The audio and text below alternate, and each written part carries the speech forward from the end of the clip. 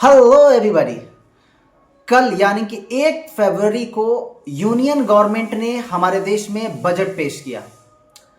तो आखिर ये बजट होता क्या है और इस बार का जो बजट है 2025 से 2026 फाइनेंशियल ईयर का, ये मिडिल क्लास फैमिली के फेवर में कैसे है, किस तरह से लोगों को इनकम टैक्स में छूट दिए गए हैं और बजट के की पॉइंट्स क्या हैं, यानी कि सरकार कहां कहां पैसे खर्च करने वाली है और सरकार को कहां कहां से पैसे आने वाले हैं।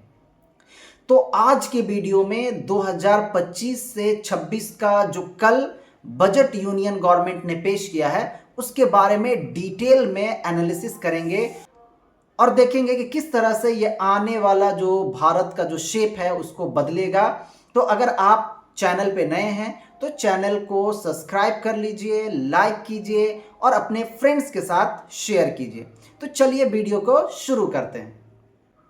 तो पहले जानते हैं कि आखिर ये बजट पेश कौन करता है और कब किया जाता है। तो देखिए, बजट को हर साल 1 फरवरी को पार्लियामेंट में पेश किया जाता है और इसको पेश कौन करता है, तो फाइनेंस मिनिस्टर यानी कि वित्त मंत्री पेश करते हैं। अभी जो भारत के वित्त मंत्री हैं, फाइनेंस मिनिस्टर हैं, वो है निर्मला सीतारमन। तो निर्मला सीतारमन जी ने कल 2025 से 26 का बजट पेश किया है। बजट को प्रिपेयर कौन करता है, तो ये फाइनेंस मिनिस्ट्री यानी कि वित्त मंत्रालय जो है कि बजट को तैयार करती है। तो बजट तैयार करवाया जाता है, किया जाता है फाइनेंस मिनिस्ट्री के अंडर में, और बहुत सारे जो स्टेक होल्डर्स हैं जैसे कि इंडस्ट्री है यानी कि इंडस्ट्री के लीडर्स, सिविल सोसाइटी के लोग, ऑर्गेनाइजेशंस, इकोनॉमिस्ट और बहुत सारे जो मिनिस्ट्रीज हैं, ये सारे मिल करके बजट को तैयार करते हैं और इसको जो है कि पेश करते हैं वित्त मंत्री यानी कि फाइनेंस मिनिस्टर। तो अब जानते हैं कि आखिर ये बजट होता क्या है। तो अगर आप कभी शॉपिंग करने जाते हो, सपोज आप मोबाइल लेने जाते हो, तो आपसे दुकानदार पूछता है कि कितना बजट के अंदर आपको मोबाइल दिखाएं, यानी कि कितना तक चलेगा। तो आप कहते हो कि 10,000 मेरे पास बजट है, उसी के अंडर में मोबाइल दिखाइए, यानी कि 10,000 आपके पास रुपीज हैं और 10,000 के अंदर में आपको फोन चाहिए। तो इसी तरह से बजट होता क्या है कि सरकार जो है कि एक साल यानी कि अभी 2025 शुरू हुआ है, तो अभी 2025 से 26 में यानी कि एक साल के अंदर में सरकार कितना पैसा कहां खर्च करने वाली है और सरकार को कहां से कितना पैसा आने वाला है, इन सब के लेखा जोखा को ही, प्री प्लानिंग को ही बजट कहते हैं। यानी कि सरकार अभी से ही बजट बना लेती है, अभी से ही तैयारी कर लेती है कि आने वाला जो दिन है उसमें हम कहां कहां कितना खर्च करेंगे और कहां कहां से हमें पैसा आएंगे। इसी का नाम है बजट। यानी कि एक साल सरकार को सही से चलाने के लिए, क्योंकि हर साल बजट पेश किया जाता है, तो सरकार को एक साल चलाने में किसी भी तरह का दिक्कत ना हो और एक आइडिया रहे, एक एम रहे कि हमें किस तरह से, किस सेक्टर में, किस फील्ड में हमें काम करना है। तो ये एक साल का लेखा जोखा जो सरकार तैयार करती है, इसी को हम एक्चुअली में बजट कहते हैं। आई होप कि आपको बजट क्लियर हुआ होगा। तो आखिर बजट तैयार क्यों करते हैं, बजट क्यों सरकार पेश करती है। तो देखिए, बजट पेश करने के पहले मैंने बताया कि सरकार एक साल का प्री प्लानिंग कर लेती है ताकि सरकार को किसी भी तरह का दुश्वारी का सामना ना करना पड़े और किस डिपार्टमेंट को कितना पैसा देना है, मिनिस्ट्री को, किस मिनिस्ट्री को कितना पैसा देना है, ये सारे पैसे जो है कि आवंटित कर दिए जाते हैं ताकि जो है कि किसी भी मिनिस्ट्री को किसी भी तरह से चलाने में दिक्कत ना हो। या फिर आप कह सकते हैं कि ये एक detail break down government expenditure होता है मिनिस्ट्री वाइज। तो इस साल का जो बजट पेश हुआ है उसके की फीचर्स क्या हैं, किस बात की चर्चा सोशल मीडिया में हर जगह पे आपको सुनने को मिल रहे हैं, और वो है एक चीज कि जो मिडिल क्लास हैं उनको बहुत फायदा पहुंचाया गया है। यानी कि मिडिल क्लास के फेवर में ये बजट आए हैं। कैसे आए हैं, किस वजह से लोग इस तरह की बातें कर रहे हैं, तो सबसे बड़ी बात है वो है कि 12 लाख तक अगर किसी का सालाना इनकम है, यानी कि अगर वो मंथ में 1 लाख रुपीस कमाता है और उसका सालाना इनकम अगर 12 लाख रुपीस है, तो उसे जो है कि टैक्स से एग्जम्प्ट कर दिया गया, यानी कि उसे टैक्स देने की ज़रूरत नहीं है। अगर आपका सालाना इनकम 12 लाख रुपीस है तो आपको अब टैक्स देने की ज़रूरत नहीं है। तो ये बहुत ही बड़ा रैडिकल चेंज किया गया है और जो है कि मिडिल क्लास को फ़ायदा पहुंचाया गया। तो अगर आप सोच रहे होंगे कि आखिर पहले कितना था, तो देखिए पहले था 7 लाख रुपीस। अगर आप 7 लाख रुपीस सालाना कमाते थे तो आपको टैक्स देने पड़ते थे, यानी कि 7 लाख तक नहीं देने पड़ते थे। 7 लाख से जैसे ही इनकम आपका सालाना बढ़ता था तो आपको टैक्सेस पे करने पड़ते थे। तो सरकार ने कहा क्या इस बार कि 5 लाख रुपीज इंक्रीज कर दिया, यानी कि 7 5 12, यानी कि अगर आप मंथली लाख रुपीस भी कमाते हो, यानी कि सालाना आपकी अगर सालाना इनकम अगर आपकी 12 लाख भी है तो अब आपको इनकम टैक्स देने की जरूरत नहीं है। यही सबसे बड़ा रिलीफ कह सकते हो, जिसकी वजह से जो है कि ये जो 25 और 26 का जो बजट है, 2025 और 2026 का, ये बहुत जो है कि वायरल हो रहा है और बहुत इसके बारे में बात हो रही है। और दूसरी सबसे बड़ी जो चर्चा हो रही है वो हो रही है बिहार को लेकर के, कि इस बजट में बिहार को बल्ले बल्ले कर दिया गया, यानी कि बिहार को बहुत पैसा अलॉट किया गया है, यानी कि बिहार को माइंड में रखते हुए बजट को बनाया गया है। कैसे? तो बिहार के लिए जो सबसे बड़ी अनाउंसमेंट की गई है वो है मखाना बोर्ड का इस्टेब्लिशमेंट, यानी कि सरकार करे कि मखाना बोर्ड बनाया जाएगा। और मखाना खेती, यानी कि आप जानते हैं कि मखाना की खेती बिहार में होती है बहुत, तो मखाना की खेती से जो लोग जुड़े हुए हैं उनको फ़ायदा पहुंचाने की कोशिश की जाएगी। उनके क्या प्रॉब्लम है, उनके प्रॉब्लम को सॉल्व किया जाएगा। उनका जो प्रोडक्शन हो रहा है उनको ज़्यादा से ज़्यादा कैसे बेनिफिट हो, कैसे वो बेचें कि ज़्यादा से ज़्यादा उन्हें बेनिफिट हो, इस बात को ध्यान में रखा जाएगा। इसीलिए एक बोर्ड बनाया जाएगा, मखाना बोर्ड। दूसरी सबसे बड़ी जो अनाउंसमेंट है बिहार के लिए वो है वेस्टर्न कोसी कैनाल, यानी कि सरकार कही कि हम फाइनेंशियली पैसे से सपोर्ट करेंगे कैनाल को बनाने के लिए, बहुत सारे नहर बनाने के लिए कोसी नदी पे। आप जानते हैं कि कोसी बहुत इनफेमस है, बदनाम है बिहार में बाढ़ लाने के लिए। तो कोसी नदी पे बहुत सारे कैनाल बनाए जाएंगे, उसके लिए केंद्र सरकार बिहार सरकार को पैसा देगी, जिससे क्या होगा कि जो कोसी के अगल बगल आसपास में लोग रहते हैं इससे जो है कि लाभान्वित होंगे, यानी कि उनकी खेती अच्छे से हो सकेगी, जहां तक पानी नहीं पहुंचता है वहां तक पानी पहुंचेगा। तो केनाल बनाने के लिए केंद्र सरकार बिहार सरकार को कोसी नदी पे फाइनेंशियली सपोर्ट करेगी। तीसरा जो सबसे बड़ा अनाउंसमेंट हुआ है वो है कि जो एयरपोर्ट है कनेक्शन, यानी कि बिहार में एयरपोर्ट्स बनाए जाएंगे और जो पटना एयरपोर्ट है उसका जो है कि विस्तार किया जाएगा, उन पे जो है कि नई नई टेक्नोलॉजी लगाई जाएगी और उसके इंफ्रास्ट्रक्चर को और डेवलप किया जाएगा। इसके लिए जो है कि केंद्र सरकार पैसा देगी। और चौथी बात ये कही गई कि आईआईटी जो पटना है उसका कैपेसिटी को भी बढ़ाया जाएगा, उसमें भी डेवलपमेंट किया जाएगा, ज़्यादा से ज़्यादा स्टूडेंट को और एकोमोडेट कर सकें, ज़्यादा से ज़्यादा स्टूडेंट की कैपेसिटी हो, उसको वेल डेवलप किया जाएगा, उसके इंफ्रास्ट्रक्चर को बढ़ाया जाएगा। तो आईआईटी पटना को और विस्तारित किया जाएगा, इसके लिए भी केंद्र सरकार फाइनेंशियली सपोर्ट करेगी। बहुत सारे रोड्स, रेलवे लाइंस, ये सब के लिए सरकार ने अनाउंस किया है कि बहुत सारे रोड्स प्रोजेक्ट भी बिहार में बनाए जाएंगे, हाईवेज ये सब, और बहुत सारे रेलवे लाइंस का भी विस्तार बिहार में किया जाएगा।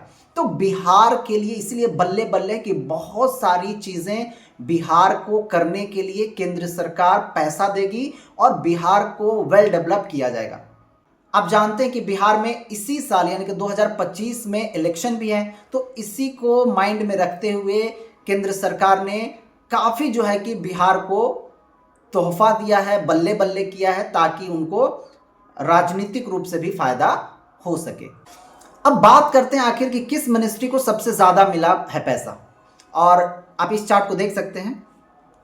तो देखिए सबसे ज़्यादा जो पैसा मिला वो मिला है डिफेंस को, यानी कि डिफेंस मिनिस्ट्री को मिला है, यानी कि 4,91,732 करोड़ रुपीस। ये जो नंबर है वो करोड़ में है ना। दूसरा मिला है रूरल डेवलपमेंट को, आप देख सकते हैं 2,66,817 करोड़। तीसरा में है आपका होम अफेयर्स, यानी कि इन्हें मिला आपको 2,33,211 करोड़। फोर्थ में आपको एग्रीकल्चर एंड अलाइड एक्टिविटीज, उनको मिला है आपको देख सकते हैं 1,71,437 करोड़।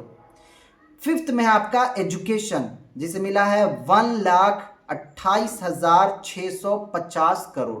तो ये टॉप 5 हैं। आप नीचे देख सकते हैं हेल्थ को मिला है, फिर मिला अर्बन डेवलपमेंट को, आईटी एंड टेलीकम्युनिकेशन को मिला है, फिर एनर्जी को, और इस तरह से नीचे और भी मिनिस्ट्री को इस तरह से पैसे मिले हैं। तो आपने देखा कि सबसे ज़्यादा जो पैसा मिला है वो मिला है डिफेंस को। तो आपको लगता होगा कि डिफेंस को तो बहुत पैसा मिला, इससे तो हमारा डिफेंस का सिस्टम बहुत बूस्ट होगा, हम लोग बहुत जो है कि नई नई टेक्नोलॉजी खरीद पाएंगे। लेकिन मैं यहाँ पे आपको एक जानकारी दे दूँ कि ये जो डिफेंस को बहुत जो पैसा मिला है, ये जो सबसे ज़्यादा पैसा जो डिफेंस का खर्च होता है वो होता है जो लोग उसमें जुड़े हुए उनके सैलरी एंड पेंशन पे। यानी कि जो हमारे आर्मीज, एयरफोर्स, ये सब के लोग हैं, उनकी सैलरी और जो उन्हें पेंशन मिलता है उस पर सबसे ज़्यादा हमारा पैसा चला जाता है। इंफ्रास्ट्रक्चर डेवलपमेंट पे हम बहुत सारा इक्विपमेंट खरीद सकें, इसके लिए बहुत कम ही पैसा बच पाता है। अब देखते हैं हम लोग कि आखिर पैसा जो है कि आता कहाँ से है सरकार को। देखिए आप इस चार्ट को देख सकते हैं कि रुपीज कम्स फ्रॉम, यानी कि कहाँ से सरकार को सबसे ज़्यादा पैसा आ रहा है। तो देखिए सबसे ज़्यादा जो पैसा आ रहा है सरकार को, आ रहा है बोरोविंग एंड अदर लायबिलिटीज, यानी कि सरकार जो है कि कर्ज ले रही है। सरकार बहुत सारे कर्ज लेती है, बॉन्ड इशू करती है। तो सरकार जो कर्ज लेती है वही उसका सबसे ज़्यादा इनकम का सोर्स है। 24%, यानी कि 24% जो पैसा आ रहा है सरकार को, वो सरकार जो कर्ज ले रही है और अदर लायबिलिटीज हैं, बॉन्ड्स ये सब इशू करते हैं, उन सब का पैसा है। दूसरा नंबर पे सरकार को सबसे ज्यादा जो पैसा आ रहा है वो आ रहा है इनकम टैक्स से, यानी कि जो लोग इनकम टैक्स पे करते हैं उनसे जो है कि सरकार को पैसा आ रहा है 22%। और मैंने बताया कि इनकम टैक्स में बहुत जो है कि इस बार छूट दिया गया है, यानी कि अब 12 लाख तक के इनकम वालों को टैक्स देने की जरूरत नहीं है। इससे क्या हो रहा है कि सरकार को 1 लाख करोड़ का जो है कि नुकसान होने वाला है, क्योंकि सरकार का एक अच्छा इनकम का सोर्स है इनकम टैक्स, और वहां पे सरकार जो है कि कॉम्प्रोमाइज कर रही है अपने आप को, यानी कि वहां पे सरकार ने बहुत ही ह्यूमंगस जो है कि छूट दिया है। तो इसके वजह से सरकार को जो है कि कुछ तो नुकसान हो ही रहे हैं। तो दूसरा नंबर पे जो सरकार के पास पैसा आती है वो आती है इनकम टैक्स से 22%। तीसरा नंबर पे जो सरकार को पैसा आ रही है वो आ रही है जीएसटी एंड अदर टैक्सेस से 18%, यानी कि 18%। और फोर्थ नंबर पे सरकार को जो पैसा आ रही है वो आ रही है कॉरपोरेशन टैक्सेस, यानी कॉरपोरेशन मतलब इंडस्ट्री, यानी कि जो इंडस्ट्री है वो जो टैक्स दे रहे हैं सरकार को, वो दे रहे हैं कितना 17%। तो इस तरह से और भी बहुत सारे आप छोटा मोटा देख सकते हैं, लेकिन ये जो फोर्थ हैं बहुत मेजर इनकम के सोर्स हैं सरकार के, यानी कि सरकार को सबसे ज्यादा पैसा आ रहा है आपको 24% बोरोविंग से, यानी कि उधार ले रही है सरकार। दूसरा आ रहा है 22% इनकम टैक्सेस से। तीसरा सरकार के पास पैसा आ रही है जो जीएसटी से कलेक्ट कर रही है सरकार 18%। और चौथा नंबर पे जो सरकार के पास सबसे ज्यादा पैसा आ रहा है वो आ रहा है जो इंडस्ट्री यानी कि कॉर्पोरेशन जो टैक्स दे रहे हैं 17%। और भी आपको थोड़ा छोटे छोटे आपको देख सकते हैं। तो ये मेजर सोर्स ऑफ इनकम है गवर्नमेंट के।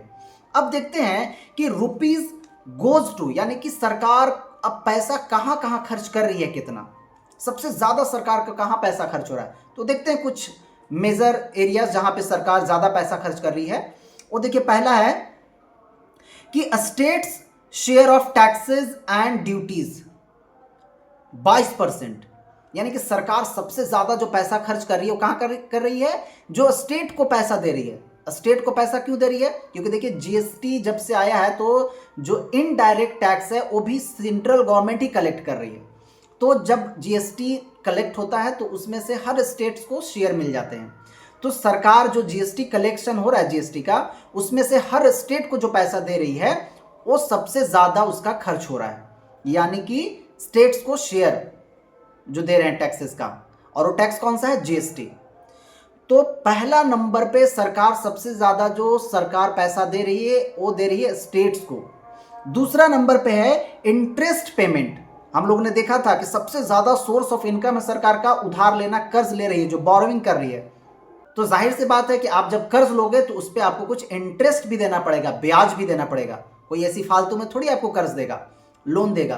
तो सरकार जो है कि जो कर्ज लेती है उस पर जो है कि उसका इंटरेस्ट भी पे करती है। तो दूसरा नंबर पे सरकार का जो सबसे ज़्यादा खर्च हो रहा है वो हो रहा है इंटरेस्ट पेमेंट में, यानी कि 20% सरकार जो पैसा क्या कर रही है, जो कर्ज ली है उसका इंटरेस्ट पे कर रही है, यानी कि उसको चुका रही है। तीसरा नंबर पे जो सरकार का सबसे ज्यादा पैसा खर्च हो रहा है वो हो रहा है central sector schemes. Central sector schemes मतलब यानी कि केंद्र सरकार द्वारा जो बहुत सारे वेलफेयर के स्कीम्स चलाए जाते हैं, जैसे कि आपने सुना होगा कि 5 लाख तक आप इलाज करवाते हैं, Ayushman Bharat schemes, digital India, skill India, MNREGA. तो इस तरह से बहुत सारे जो सेंट्रल गवर्नमेंट के जो स्कीम्स हैं, प्रधानमंत्री आवास योजना, तो इन सब स्कीम्स पे जो सरकार को खर्च आते हैं वो तीसरा नंबर पे रहता है, यानी कि तीसरा नंबर पे सबसे ज्यादा खर्च हो रही है सरकार का पैसा, और वो हो रही कितना, 16%, यानी कि 16%। 4 नंबर पे आपको डिफेंस यानी कि 8%, यानी कि डिफेंस पे सरकार खर्च कर रही है 8%, और भी बहुत सारे 8% आपको दिखेंगे। तो ये 4 मेजर एरियाज थे जहां पे सरकार को ज्यादा पैसा खर्च करने पड़ रहे हैं, और मैंने आपको मेजर इनकम के सोर्स भी बताए 4 सरकार को कि जहां से सरकार को ज्यादा इनकम हो रहा है। तो इस तरह से सरकार का इनकम का ये सोर्स है, और इस तरह से था सरकार का ये एक्सपेंडिचर का सोर्स। चलिए अब बात करते हैं कि जो इनकम टैक्स का न्यू स्लैब है वो किस तरह से है। तो आप इस चार्ट को देख सकते हैं। तो देखिए, अगर आपका 0 से 4 लाख तक इनकम है सालाना, और ये जितने इनकम दिए गए हैं वो सालाना है। अगर 0 से 4 लाख यानी कि साल भर में अगर आप 4 लाख कमाते हैं तो आपको टैक्स देने की जरूरत नहीं है। अगर आपका इनकम 4 लाख से 8 लाख है सालाना, यानी कि 8 लाख तक कमा लेते हैं साल भर में, तो आपको जो है कि 5% टैक्स देना पड़ेगा। फिर जो है कि अगर आपका इनकम 8 लाख से 12 लाख रुपया है सालाना, तो आपको 10% टैक्स देना होगा। और अगर आपका इनकम 12 लाख से 16 लाख है सालाना, तो आपको 15% टैक्स देना होगा। अगर आपका 16 से 20 लाख है सालाना, तो आपको 20% टैक्स देना होगा। अगर 20 से 24 लाख है आपका सालाना इनकम, तो आपको देना होगा 25% इनकम टैक्स। और अगर आपका 24 लाख से एबव है सालाना इनकम, तो आपको देना होगा 30% का टैक्स। तो इस तरह से न्यू स्लैब है टैक्स का। लेकिन आप कहोगे कि भाई 12 लाख तक तो टैक्स अब देना ही नहीं है, तो यहां पे कैसे न्यू स्लैब में दे दिया गया है कि 8 से 12 लाख तक अगर इनकम है तो आपको जो है कि 10% टैक्स देना होगा। तो देखो, ये स्लैब बनाया गया, ये सारे लोगों को छूट नहीं है। देखिए, जिनका सैलरीड इनकम है, यानी कि जो सैलरी से इनकम करते हैं, उनको जो है कि ये छूट दिया गया है। और इसे यहां पे दिया जरूर गया है, लेकिन सरकार करे कि देखिए, आपको 8 से 12 लाख रुपीस अगर इनकम है तो 10% आपको देना है टैक्स, लेकिन उसको हम क्या करेंगे, माफ कर देंगे। तभी ना लोगों को पता चलेगा कि कितना उनका पैसा माफ हो रहा है, कितना बच रहा है पैसा। तो सरकार ने ये स्लैब जरूर बनाया है, लेकिन सरकार इसको कहते हैं इकोनॉमी के भाषा में रिबेट कर देना, यानी कि आपको टैक्स तो लग रहा है 10% का अगर आपका 8 लाख से 12 लाख सालाना इनकम है, लेकिन जो है कि आपको क्या करी सरकार, टैक्स को माफ कर दे रही है। यानी कि इनकम टैक्स आपको फाइल करना होगा, लेकिन पैसा देने की जरूरत नहीं है। तो इस तरह से यहां पे छूट दिया गया, सरकार माफ कर रही है टैक्स को आपकी। और जो बिजनेसमैन है उनको देना पड़ता है, क्योंकि ये सैलरीड और पेंशन के लिए है। जो बिजनेसमैन होते हैं उनको इस तरह से टैक्स देना पड़ता है। तो आपके जहन में ये भी सवाल हो रहा है कि आखिर ये 5%, 10%, 15%, 20%, 30% ये कैसे आखिर टैक्स देते हैं लोग? आखिर इनकम टैक्स लोग कैसे देते हैं? जैसे कि मान लीजिए कि किसी का इनकम है 16 से 20 लाख रुपीस सालाना, तो क्या उन्हें 16 से 20 लाख रुपीस है, मान लो कि 16 लाख रुपीस इनकम है, तो उन्हें 20% टैक्स देना होगा टोटल पैसे का? तो नहीं। देखिए, टैक्सेस कैसे फाइल करते हैं, कैसे दिया जाता है इनकम टैक्स। देखिए, मान लीजिए कि 0 से 4 लाख आपका इनकम है, तो आपको तो टैक्स देना नहीं है, नो प्रॉब्लम। अगर आपका इनकम 4 से 8 लाख है सालाना, तो देखिए 4 से 8 लाख यानी कि 4 लाख, तो 4 लाख पे आपको 5% टैक्स देना होगा, क्योंकि 4 से 8 लाख अगर इनकम है तो 5% टैक्स लगेगा। मान लीजिए कि आपका इनकम है 8 से 12 लाख, तो देखिए 8 से 12 लाख के सामने लिखा हो कि 10% टैक्स देना होगा। तो 8 से 12 लाख कितना का गैप, 8 से 12 लाख कितना का गैप है, तो 4 लाख का, सॉरी 4 लाख का। तो आपको 4 लाख पे देना होगा 10% टैक्स। शुरू में आपको देना होगा 4 लाख पे 5% टैक्स, क्योंकि 4 से 8 का गैप 4। फिर आपको 8 से 12 में 4 लाख का गैप है, तो देना होगा वहां पे 10% टैक्स। अब देखो कि 12 से 16 लाख, तो यहां पे देखो कि कितना 4 लाख का फिर फासला है। तो ये जो 4 लाख है इस पे देना होगा आपको 15%। बाकी पहले का 4 लाख है उस पे 10%, उससे पहले जो 4 लाख है उस पे देना होगा आपको 5%। तो ऐसा नहीं है कि होल सम मनी पे आपको टैक्स उतना देना रहता है, बल्कि जिस जिस तरह से स्लैब है उतना उतना पे आपको उतना % टैक्स देना रहता है। जैसे मान लीजिए कि आपका इनकम है 16 से 20 लाख रुपया सालाना, और 16 से 20 के सामने लिखा हो कि आपको 20% टैक्स देना होगा। तो देखो आपको 16 से 20 लाख यानी कि 4 लाख पे आपको देना होगा 20% टैक्स। उससे पहले आपको देना होगा 4 लाख पे 15% टैक्स, उससे 4 लाख पे देना होगा 10%, उससे जो है कि 5%, और इन सब को कलेक्ट करके आपका टैक्स जुड़ जाता है। तो ऐसा नहीं है कि पूरा होल सम लिया जाता है। आई होप कि आपको क्लियर हो रहा होगा कि आखिर इनकम टैक्स कैसे दिया जाता है। तो इस तरह से ये था 2025 से 26 का बजट, जो कि मिडिल क्लास को बहुत फ़ायदा पहुंचाया गया। जैसे कि मैंने बताया कि 12 लाख तक के इनकम पे टैक्स पे करने की ज़रूरत नहीं है। दूसरा जो बहुत ही आकर्षण का केंद्र कह सकते रहा है वो रहा है बिहार स्टेट, जहां पे बहुत सारी जो है कि फाइनेंशियली सपोर्ट करने की बात कही गई है। मखाना बोर्ड, एयरपोर्ट का विस्तार, आप कह सकते हो आईआईटी पटना के लिए इंफ्रास्ट्रक्चर डेवलपमेंट, बहुत सारे रोड्स प्रोजेक्ट, ये सब के लिए केंद्र सरकार ने सहायता देने की बात कही है।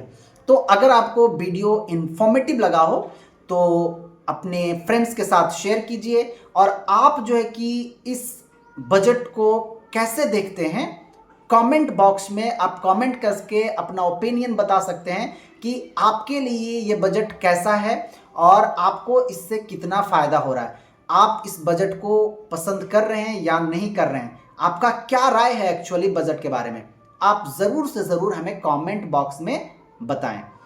तो अगर आप चैनल पे नए हैं तो चैनल को सब्सक्राइब कर लीजिए। Thank you for watching this video.